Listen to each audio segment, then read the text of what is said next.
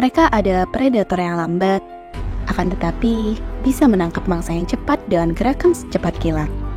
Mereka adalah serangga, akan tetapi penuh dengan mara bahaya.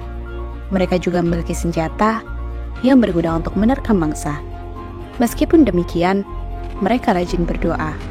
Kali ini, kita akan berkenalan dengan belalang sembah.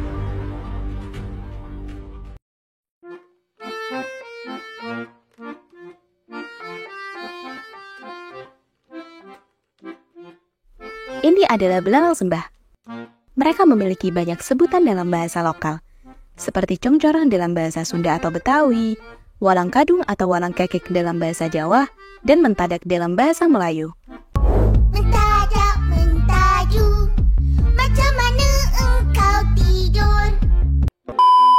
Namun dalam bahasa Inggris, serangga ini biasa disebut sebagai praying mantis karena sikapnya yang seringkali terlihat seperti sedang berdoa.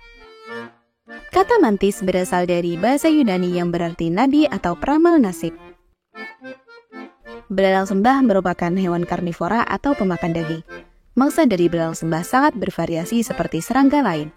Tapi dalam beberapa kasus mereka dapat memangsa kadal hingga burung. Sebagian besar belalang sembah merupakan predator penyergap. Namun beberapa spesies ditemukan aktif mengejar mangsanya. Belalang sembah adalah ordo Mantodea, yakni ordo serangga yang berisi lebih dari 2.400 spesies dalam 460 genus serta 33 famili, dengan famili terbesar adalah Mantidae. Untuk klasifikasinya yakni sebagai berikut: Kingdom Animalia, Phylum Arthropoda, kelas Insecta, ordo Mantodea. Kerabat terdekat belalang sembah adalah rayap dan kecoa.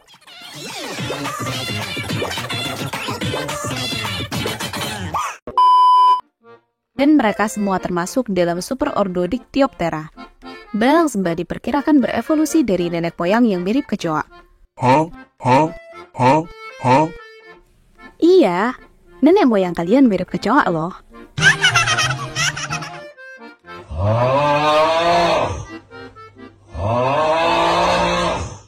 Meanwhile, fosil belalang sembah yang paling awal teridentifikasi dengan pasti berasal dari zaman Kapur awal.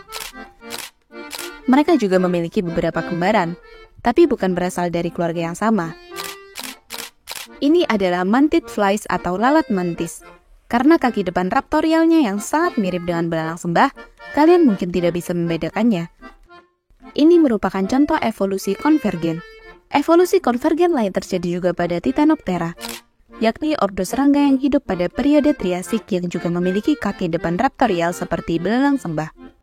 Belalang sembah tersebar di seluruh dunia dan kebanyakan hidup pada habitat beriklim tropis maupun subtropis, dan diperkirakan memiliki kisaran waktu hidup sekitar 12 bulan saja.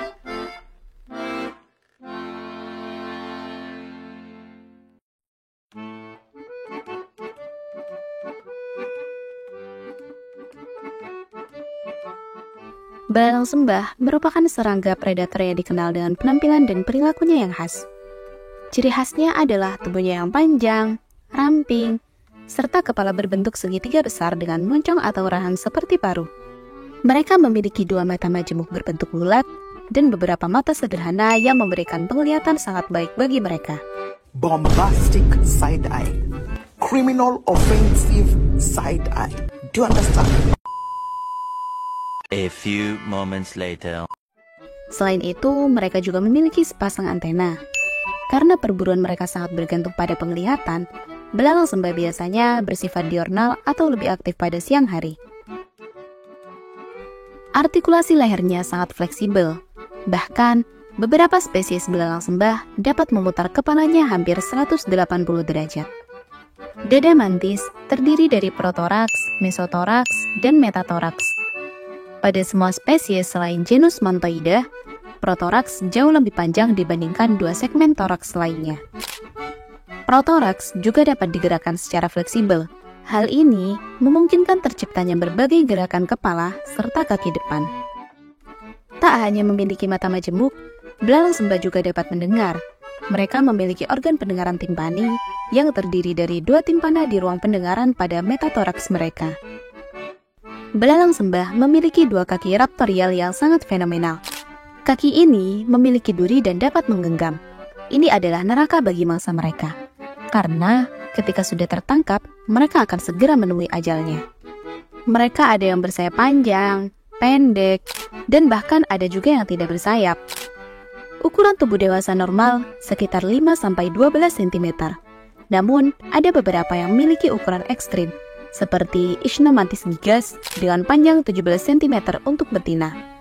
Mereka ditemukan di daerah Sahel di Afrika dan mendapatkan predikat sebagai belalang sembah terbesar. Sedangkan untuk predikat terkecil ditempati oleh Bulbu pygmae yang hanya memiliki panjang 1 cm saja pada usia dewasa. Umumnya, belalang sembah melindungi dirinya dengan kamuflase. Sebagian besar spesies mempunyai warna samar menyerupai dedaunan atau latar belakang lainnya, seperti hijau atau coklat. Namun spesies dari famili lain merupakan peniru yang sangat handal. Mereka bisa berwujud seperti daun, ranting, bahkan bunga. Dengan ini, mereka bisa menarik perhatian mangsa yang datang untuk mengumpulkan serbuk sari dan nektar.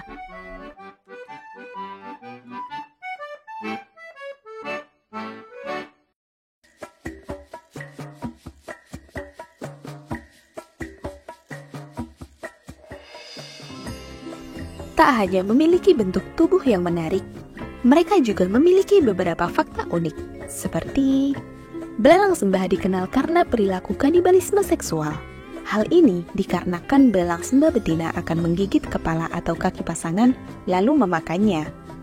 Perilaku ini diketahui ketika para ilmuwan mengamati proses kawin belalang sembah di laboratorium. Namun, perlakuan tersebut terjadi pada kurang dari 30% belalang sembah di alam liar. Umumnya, belalang sembah jantan akan memilih betina yang dinilai kurang agresif serta lebih gemuk. Karena betina yang kurus cenderung memakan pasangannya setelah kawin. Tapi jangan berburuk sangka dulu, ketika kepala sang jantan putus, saraf ganglion pun akan ikut terputus. Dengan begitu, hambatan seksual belalang sembah jantan akan terputus dan terus kawin untuk membuahi lebih banyak telur betina. Tak hanya keunikan pada perilaku seksualnya, belalang sembah juga dikenal dengan parasit yang ada di tubuhnya. Ini adalah cacing bulu kuda, Cladus vermiceus. Mereka hidup di dalam perut belalang sembah. Cacing ini masuk ke tubuh inang ketika mereka dimakan dan tumbuh di dalam tubuh inangnya. Menurut pendapat para ilmuwan, cacing bulu kuda dapat melakukan hal tersebut melalui cara mengendalikan pikiran inang dengan mencuri kode genetiknya. Dalam temuan yang dipublikasikan di jurnal Current Biology ini, diketahui bahwa cacing bulu kuda membajak inangnya dengan sebuah molekul yang menyebabkan mereka bergerak menuju cahaya yang berkilau di air. Sehingga, cacing memaksa inangnya untuk mendekati air, dan begitu korbannya tenggelam, cacing akan menggeliat keluar dengan bebas untuk melanjutkan siklus hidupnya. Namun bagaimana jika belalang sembah ini masuk ke dalam cairan enzim yang ada di dalam kantong semar? Mungkin kita akan membahas ini di kesempatan yang lain.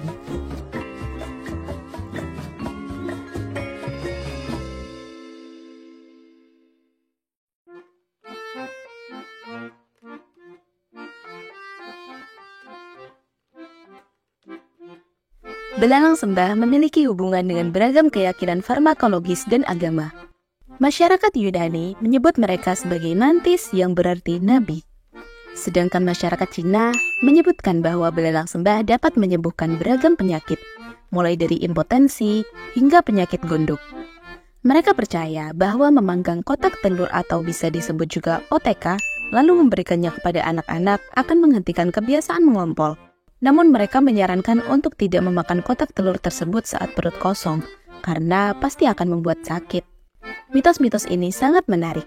Akan tetapi, belum ada jurnal ilmiah yang mendukung mitos kuno tersebut. Dari berbagai keunikannya, ada cerita menarik mengenai belalang sembah. Di Cina, belalang sembah dijadikan sebagai inspirasi salah satu gaya dalam bela diri kungfu. Semua berasal dari penemu bela diri praying mantis kungfu bernama Wang Lang. Dalam suatu kejuaraan bela diri, Wang mengalami kekalahan. Usai pertandingan, ia melihat seekor belalang sembah berkelahi dengan seekor cicada atau tonggeret. Terinspirasi dengan gerakan belalang sembah melawan musuhnya itulah, Wang menciptakan gaya kungfu belalang sembah yang terkenal hingga kini. Hal ini pula menginspirasi salah satu karakter dalam film Kung Fu Panda. A few moments later.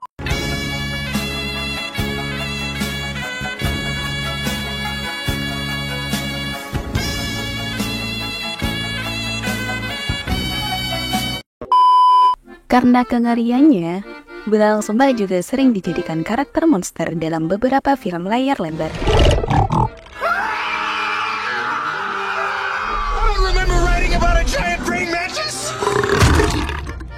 Tak hanya itu, ternyata belalang sembah bukanlah binatang yang sulit untuk dipelihara.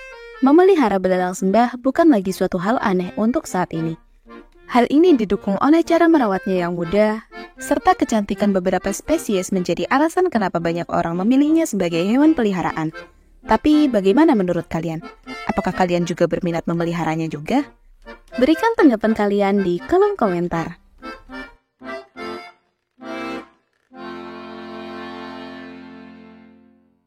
Uh, 12 o'clock midnight.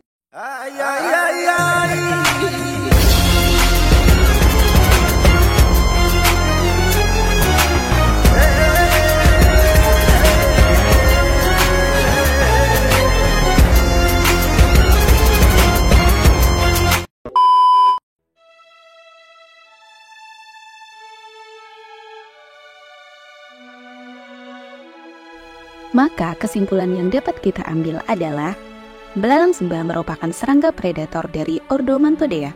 Mereka memiliki beragam sebutan lokal seperti congcorang, walang kadung, serta mentadak. Mereka dikenal karena sikapnya yang terlihat seperti sedang berdoa. Mereka adalah karnivora dengan beragam jenis mangsa. Belalang sembah memiliki berbagai ukuran serta bentuk yang unik. Tak lupa, mereka memiliki kemampuan kamuflase yang sangat menarik.